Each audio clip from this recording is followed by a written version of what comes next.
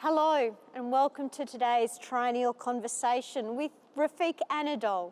My name is Simone LeAmon and I am the Hugh Williamson Curator of Contemporary Design and Architecture here at the NGV.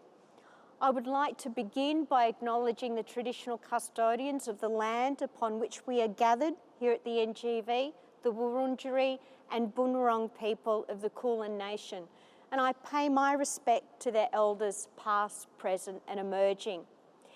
It is a pleasure to welcome you today, Refik, here in front of your work, Quantum Memories, part of the NGV Triennial.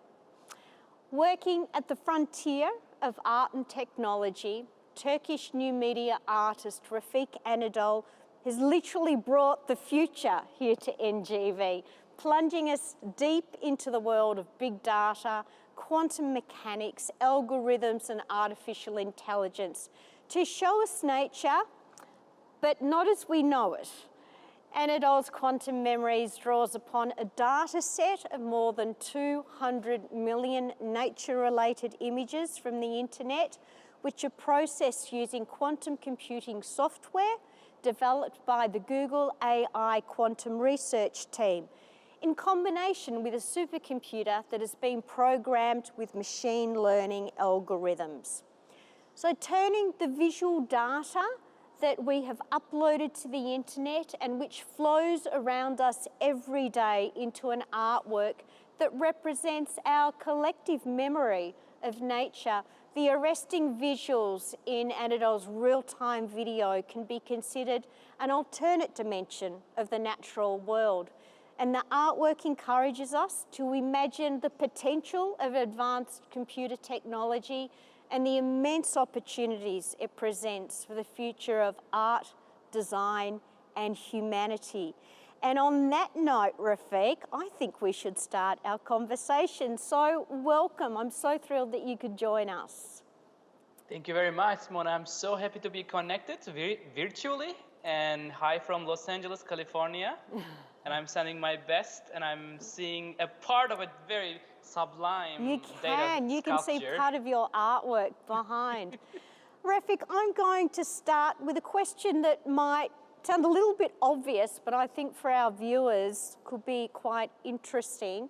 What does it mean to be a new media artist in the year 2020? It is a wonderful question. I think we are becoming more and more digital natives of the new century due to the current situation. As a person working with computers since I was 8 years old, I'm constantly thinking and imagining with machines, systems, and algorithms. And when I talk about my work, I think the best thing to explain, I'm using data as a pigment and painting with a thinking brush, assisted by machine intelligence. So I think being a media artist or being in a new media context of imagination really starts with computation. It's really hard to differentiate at the moment the systems we have, the machines we surround us in our everyday life. The pockets are full of computation. The first thing in the morning we see a machine. The last thing we see at night is a machine. So we are surrounded by the machines. So I think imagination simply comes from the systems and the machines we use. But when we talk about data, I'm not just inspired by the numbers. I am really inspired by the memory context of data, because we know that the information can also represent who we are as humanity. And I think it's getting more and more critical to really understand, criticize, and purposefully and impactfully use these technologies also in artistic or design tools. So this is kind of current mindset that if I want to say what is a media artist, and really painting with a thinking brush. Painting with a thinking brush. But in a really pragmatic sense, did you train in multimedia, in new media, in photography? Did you study computer science? I mean, what kickstarted you on this extraordinary trajectory to where you work with AI and quantum software as a medium? So I think I was very fortunate to watch a movie that changed my life. I was 8 years old when I watched the movie Blade Runner, one of the most fundamental, I think, science fiction I think, milestones in my life, and learning about Philip K. Dick, William Gibson, and many, many genius minds who have been speculating about near future, like by remembering the future for us.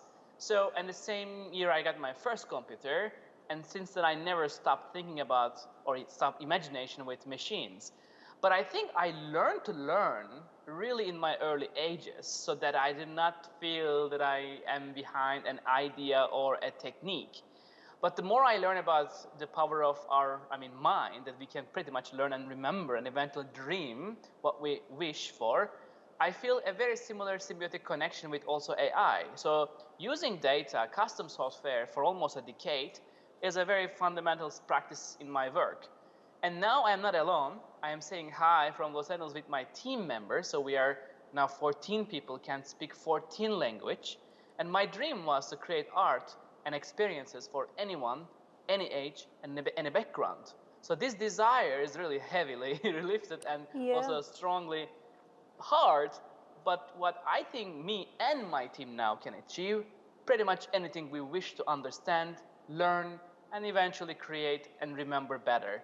So it's a major teamwork. But as a person, I really enjoyed computation, data, and also last 4 years, AI technologies in my work. Yeah, and I think you make an excellent point in that the material, or shall I say, the computations, the algorithms, the material that you're working with, if the computer is your tool, it really does allow you to keep pace with the present in a way that constantly is pushing your creative prowess as an artist, because so much of what you are involved in is about keeping track with the technology. How does it feel to be constantly on the edge or on the forefront of technology with what you're creating? So it's a very meaningful question, because I somehow, first of all, for me, art and design is humanity's capacity of imagination. And I feel myself very responsible to push this capacity of imagination to the edge. And eventually I found that I have to push also the edge of technology, because when they merge, that's where the serendipity happens. So it's a very natural, I think, thought process that I think eventually happens. But I think really understanding technology is very important fundamentally, and how it started. Not only just computation, but way before that. We can go back to the finding the fire. It's the technology in humanity has always exist. And when we think about that, actually, art or design is always inspired from the technology itself, because it changed humanity. So it's a very natural, I think, imagination here we have, not because it's a techno-fetish imagination, but the wonderful process of when you know that a machine can be an incredible collaborator, there's an aha moment that you can really expand the power of a mind. So when that happens, technology naturally becomes a part of your thought process. And I think that's really the experience that we will have, also experiencing the quantum memories, is one of the cutting edge imagination and speculation, but also feeling like a science fiction, but something you can really touch. It's not anymore a science fiction, it's something really you see it and you feel it, it's right there. Yeah. So that's, I think, the beauty of 21st century, I guess, especially 2021, that it's coming up. It is. 2021, it is. So let's just go back to this, the idea that quantum memories represents our collective memory of nature. I mentioned in the introduction that you've worked with over 200 million images, a grand data set that you have harnessed, and these are, for all intents and purposes, these are photographs that people have taken of nature and uploaded to the internet. But can you talk about this notion of a collective memory of humanity, of nature, and how does it configure in the work? Yes, it's a wonderful question. So first of all, I think 4 years ago, I was one of the first artists in residence at Google AI program, where I was very fortunate to learn about the fundamentals of AI and how it can be used in artistic practice. So me and my team pretty much equipped by very complex AI algorithms to make art, not a product. So we were like very, very strictly imagining and ideas, which especially what else can we do with this technology mindset. So collective memory concept is, I think, very important for humanity because I believe AI is one of the most powerful tools that can unify these memories, these data sets. So what are they? I mean, collective memory can be about space, about nature, about the urban space, and things that belongs to, I think, anyone and any age and any background. So I think nature is fundamentally where we are coming from, and I think where we are going to. And nature is also the fundamental thing that also physics and also like trying to understand, right? So, and in science, every single equation can go to like the understanding the nature itself. So I think nature as a keyword is very heavy and important for humanity. So I thought that what is the collective memory of humanity that can be the collective memory of the nature? So if you look at this question, we found that there is pretty much around 200 million images that represents nature, from the weather to clouds to mountains to landscapes to trees to flowers to floral systems, so or oceans, sea and a surface of landscapes. It's an enormous amount of information we are talking about. So the question here was, how can we use one of the most fundamental memory of humanity and transform into a pigment by using AI, but also using quantum mechanics inspiration. So there our pets really merged with the Google AI quantum supremacy test, which happened a year ago almost, with the wonderful minds. As we all know, classical computers are right now in our life, but quantum mechanics also creates a field called quantum computation, which is another exciting era for technology, which will be a very hopefully next decade all about how to improve that computational techniques. Yeah. But that's, I think, where the artwork really emerged from and inspired from the quantum computational potential and AI's power of dreaming and hallucinating. Yeah. So, Refik, it's taken me perhaps about a good 6 months of reading about quantum to get my head fully around it. And so, just for the benefit of the viewers, you made a really important distinction, and that is there's a clear distinction between what is classical computing and what is quantum computing. But we need to sort of clarify too that quantum computing is still, it's highly experimental. It's still in the very early, one would say, chapter of its potential, in the world of computing. But the work that you've done with quantum memories, you've used a quantum algorithm. So this is an algorithm that is really scripted according to quantum mechanics. It allows a level of complexity or retrieval of all of that source data that we've talked about that really enables a really, really rich programming of information that we have behind us. Have I sort of summarised briefly, adequately? Perfect. Okay. But we're talking about next level computing, which has the capacity to transform everything. I guess this is this its appeal for you in that Yes, it's a perfect explanation. And I think we should maybe, I can very briefly talk about one more thing. The quantum mechanics is a fundamental theory in physics that provides a description of the physical properties of nature, but at the scale of atoms and subatomic particles, which is why you see particles behind you. And it's the foundation of all quantum physics, including the quantum chemistry, quantum field theory, quantum technology, and quantum information science.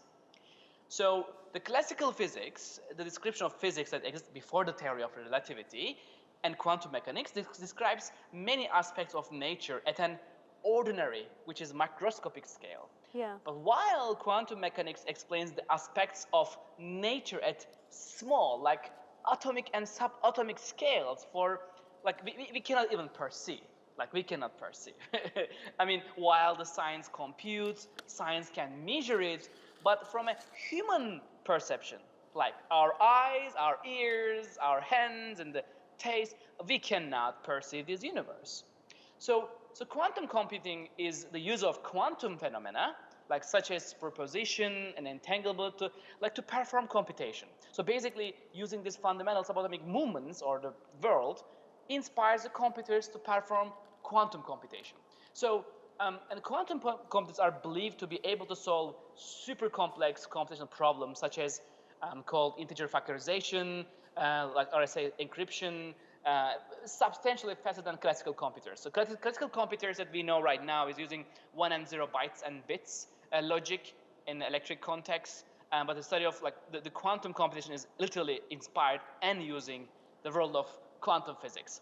So, and in this project we have two really cutting edge worlds. We have the cutting edge quantum computation, but we also have the cutting edge classical computer, which is using AI, and thanks to NVIDIA friends, we also compute this AI data with a supercomputer that is used in AI computation. So we are really on the edge of classical computer, we are also on the edge of quantum computer at the same time. So Refik, can I just stop you there, because let's just break this down a moment. When you arrive at the NGV, you are going to be presented with this visually compelling, immersive experience. We understand that the technology behind it is breaking edge. I mean, you are working with technology that I guess many people who work in the world of computer science would only dream of having access to. But what is the work? What is the significance of the work if we talk about, you know, a contribution to creativity, the context of art and design? Do you feel that the work is saying something very, very different in the continuum of creative practice?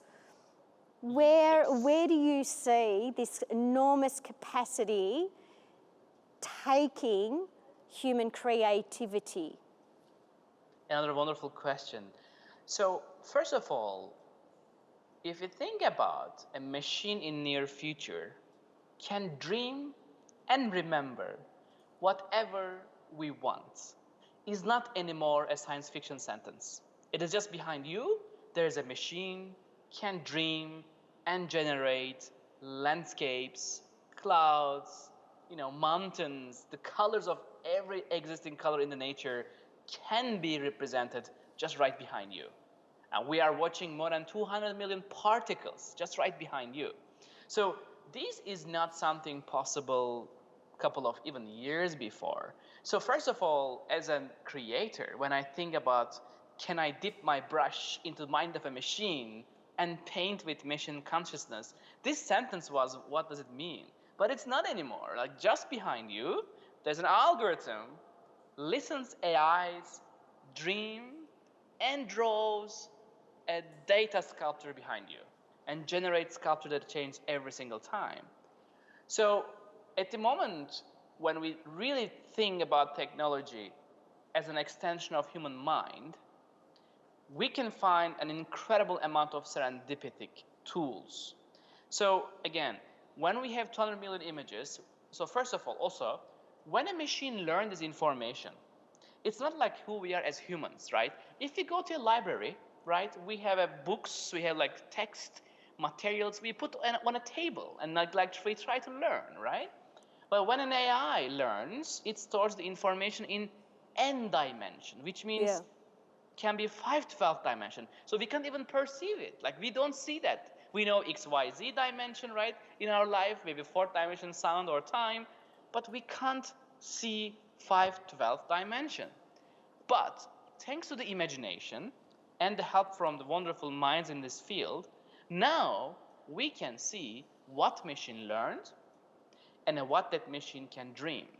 So that's the part of imagination where things get out of control in a good way. So Refik, are we essentially talking about creativity being reconceived? I mean, at the moment you are very much collaborating with the AI.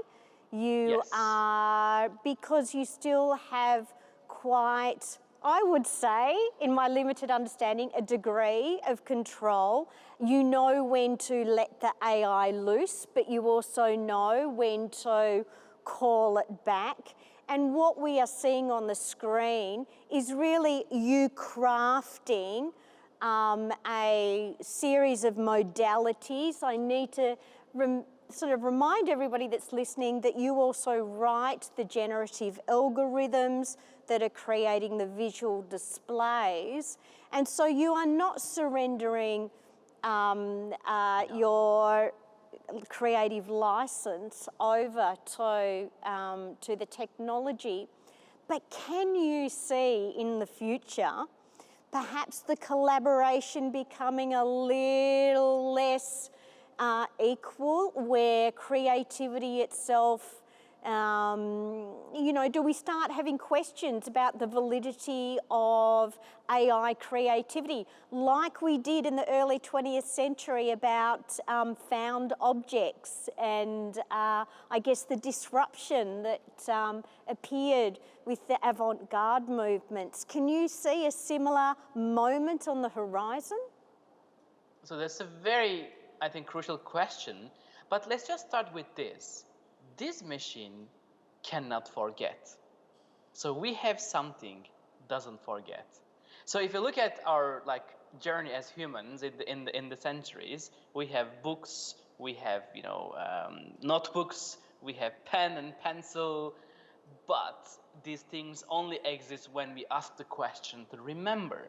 But now we have these entities surrounding us that they do not forget. In fact, they want to take all this information we have and try to store them.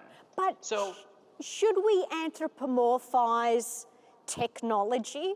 Because you're talking about the AI doesn't forget, but it's only useful if we tell it what to do with it. Is that correct? And that's the functional part. If we don't ask what else can we do with that, I don't think we have a chance to improve who we are. Yeah. Otherwise, it's another mirror of humanity that we did very many times before. But we have something extremely powerful right in front of us. And we can do boring products, no offense, or we can enhance our cognitive capacity. We can make driverless vehicles more effective in navigating the roads by big data sets like this. You know, I guess big data is, let's face it, it's solving lots of problems. It is helping, and certainly quantum algorithms have been working on a lot of vaccines of late. But I guess, you know, in the world of, when we talk about sort of human creativity, where we try to embark on a frontier of trying to say new things, trying to look at how we can, I guess, bring new experiences into the world, it is just a very interesting question. I think at this point in time, when is that surrendered? You know, at what point is that surrendered? And do we sit back a little bit like, you know, many musicians at the moment who are all generating their music through AI, which I need to mention, the sound that accompanies quantum memories is also generated by the AI.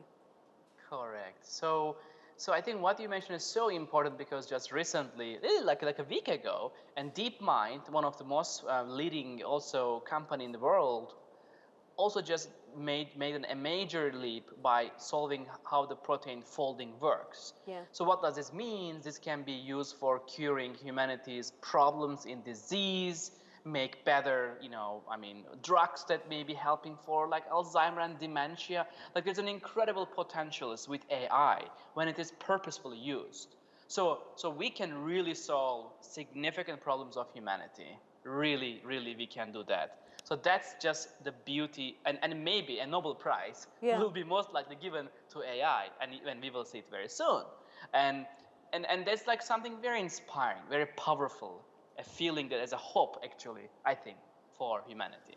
So, but the music you mentioned, for example, it's also coming from the same dream, same thing that AI learned.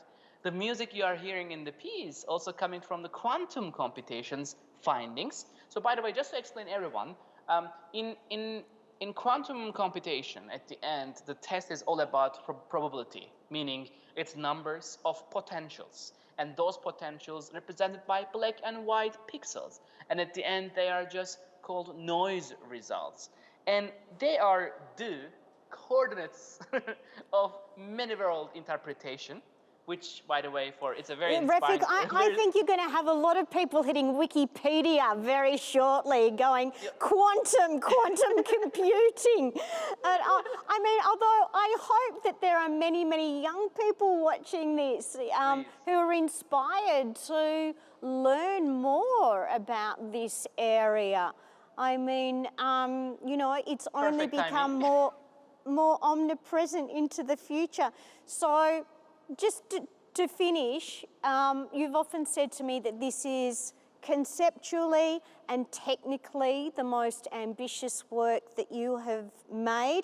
And I have seen quite a bit of your work now in the digital flesh, so to speak, and it's all been pretty sort of technically and visually arresting. But where to now? Now that you've had this experience, you've been able to work with the quantum team on this. You have, as you've said, experienced many learnings. Where do you take this work next?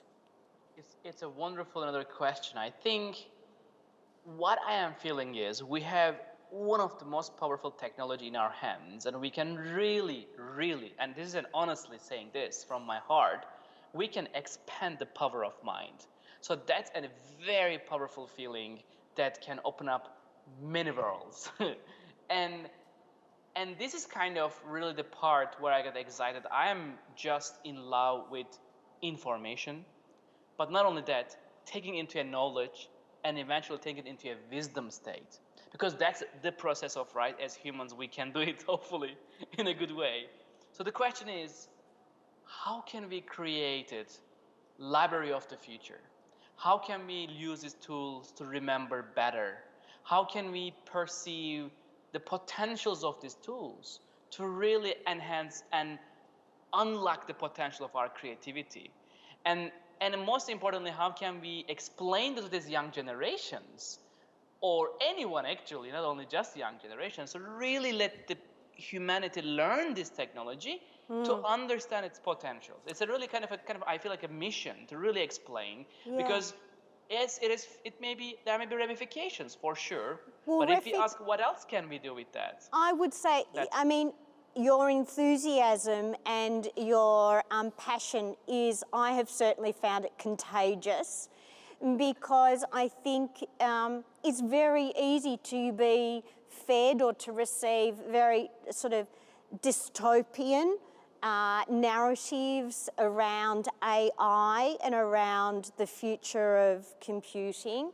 So for you to be able to communicate so convincingly and so beautifully with the work, the extraordinary potential that it does offer, so not only for creativity, but for humanity on so many levels, I think is, you know, it's really, really important, because it's what we need. This is a tool of our invention, and to think that we can't drive it and steer it with the ethical and the, I guess, the intelligence that this time demands, it's poor reflection on humanity. So we need to start sharing more optimistic and positive stories about where we can take this technology. Totally agree with that. But also, I want to also highlight something very important. These ideas cannot be pursued without trusting and creating a collaboration like NGV and I and my team. So there is a very significant work behind these ideas. I mean, we can talk incredibly deep topics, but to really make it happen, to bring it to the public is extremely important. Like behind you, I mean, we have been working and thinking together more than a year, organizing, imagining, getting data together. Why are we doing this? How are we doing this? There's a thought process goes through. It's a very responsible process of imagination. So a significant, amount of information, dedication of time, organization. So it's a really equal responsibility from the creator, from the exhibitor, from the curator. Like it's a really equal distribution of responsibilities all over the place. So I think when they all click together and when they align equally together, I think there's the serendipity. And that's, I think, I really wish every creator that have this feeling and opportunities to really ask these questions, not only just speculate, but just do it. Because when we do it, not only just talk, but when we do it, we see it. And when we see it, we have a much more chance to believe and understand better. So again, thank you for this incredible collaboration that allows not only just talking, but seeing. So that's, I think, very powerful part of, I think, the equation. Oh, it is. And I think on that note, Refik, we've talked for quite a long time and it's been a thoroughly engaging conversation. And I know that you love talking, I love talking. We could speak for a lot longer, but I just want to thank you so much for joining us and being so generous with your time in this conversation. Congratulations on the work. It is quite spectacular, and I know that there will be much coverage of it online for people who are unable to get to the NGV to see it. And I just thank you enormously. Yeah, from my heart, thank you too. And it's my really first piece also in Australia that I'm connected with from my heart, from my neurons to my team. And I can't explain my excitement and honor to make a piece that is finally touching very important points thanks to your incredible support on a grandiose, sublime scale to meet with the people in Melbourne. So I'm very excited and honored to be a part of NGV Triennial. Great. Thank you, Refik.